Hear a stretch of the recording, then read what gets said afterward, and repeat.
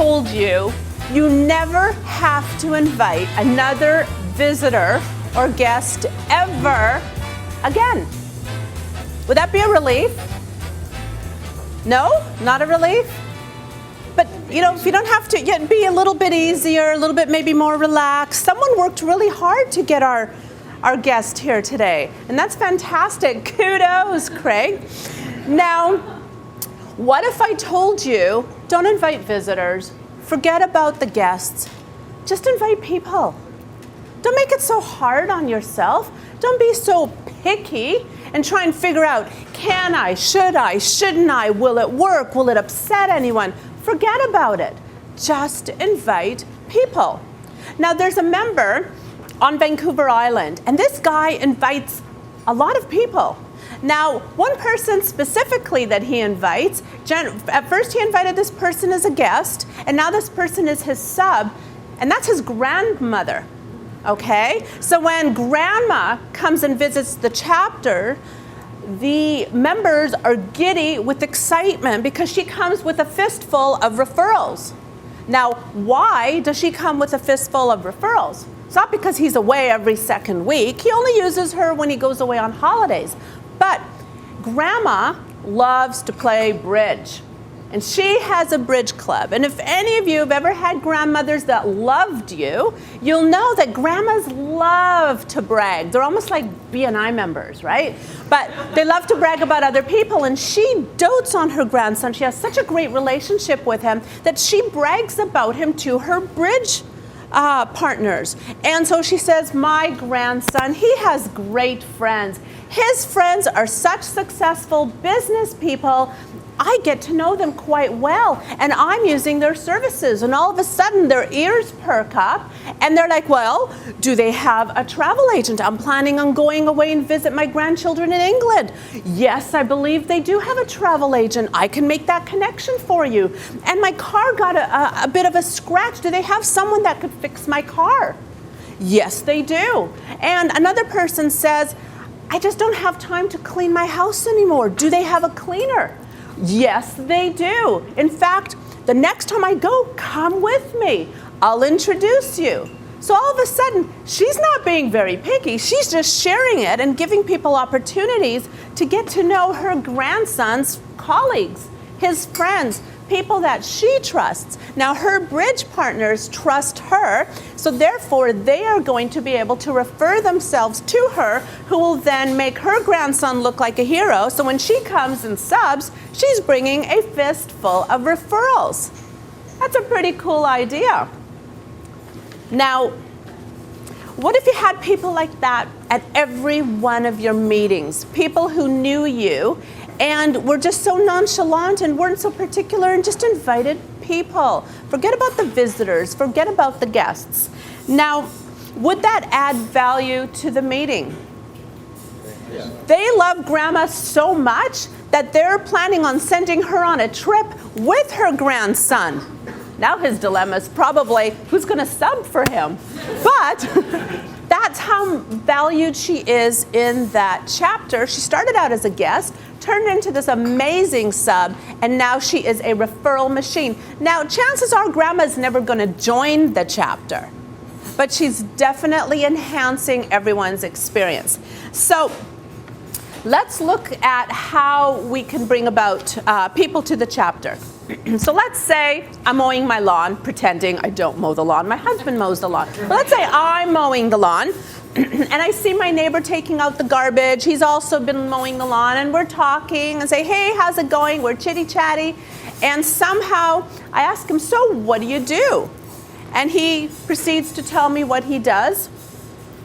I don't judge. Hey, I've got a group of 50 plus business people I'd love to introduce you to. You can expose and showcase your business. How does that sound? Chances are he's gonna say, yeah, I wanna do it. All I tell him is 6:45 a.m., 25 bucks includes breakfast, and it's downtown. He's like, pretty cool. Then I say, do you want me to drive you there? I could. But generally, I'm really busy. I have meetings afterwards. I'm probably doing a BBI. Not going to have time, but I could say it. thinking he's going to decline, but I am going to say it. Or I can say, you know what? I'm going to meet you at 6:30. I'll be at that front door. I'll see you there. He's going to say, great. Now, I didn't say join. I didn't say BNI, right? I didn't even say Marinaside. I just said, come and expose your business. Meet some amazing people that I get to hang out with on a regular basis. So that's pretty well how I do it. Now, this is great for a business owner. This is great for someone who is on commission sales and so on. Now, I'm not interested in having him join the group. I just want him to come as a person and give him an opportunity. Now, sometimes I get members coming to me saying, listen, I was thinking about inviting so-and-so, but I'm afraid that this person's going to be upset because there might be a slight overlap in their business. I don't want to offend anyone, and I don't want them to say the wrong thing, and I just don't want to have to deal with the headache. I always say, invite him anyways. Who cares? Like, who cares if there's going to be a slight overlap? Sometimes we conjure up all these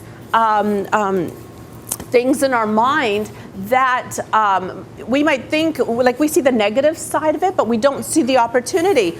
Oftentimes, I've invited a graphic designer. I gave a heads up to my graphic designer saying, hey, I'm bringing a graphic designer. Do you think the two of you can kind of sit together? Can you kind of just make sure to meet them? I'll introduce the two of you, and there could be some possibilities. And the graphic designer said, yeah, no problem, I can do that.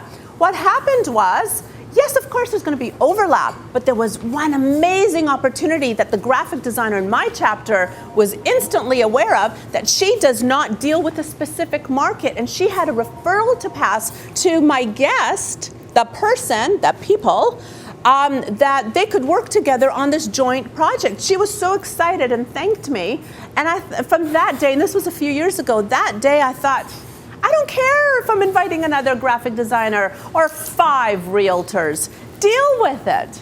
You're giving people opportunities, And being a director consultant, I get calls from realtors and mortgage brokers and insurance advisors all the time. I let my chapter know in advance, this is what's going to happen this year. Expect it. Please be gracious. Introduce yourself. And they start to mentor each other. They start to develop relationships. The best thing is when you have a realtor coming from one region of the Lower Mainland that doesn't do business in a certain region that my realtor does, and all of a sudden, realtors are working together. So never exclude anyone. Make it really inclusive.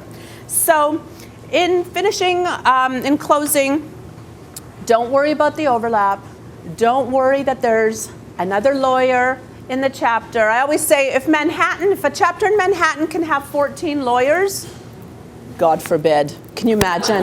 But it's possible, and it's okay to have several and invite them. Can you imagine the sparks? I love it. So Mike said something that was very profound when he received his award. What did you say, Mike? He just said, I just ask. I wrote it down. I did pay attention to you, not to David, but to you. So just ask people to come.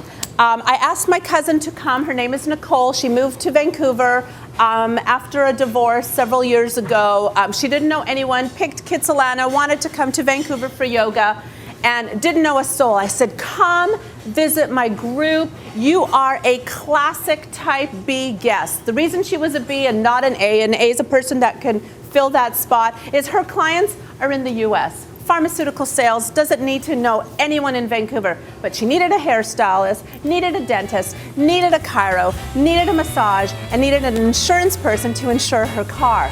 So when the president asked her, what impressed you most? She said, I am a classic type B and I have 5 referrals. I'm Ozzie with BNI, and BNI is changing how the world does business. Thank you.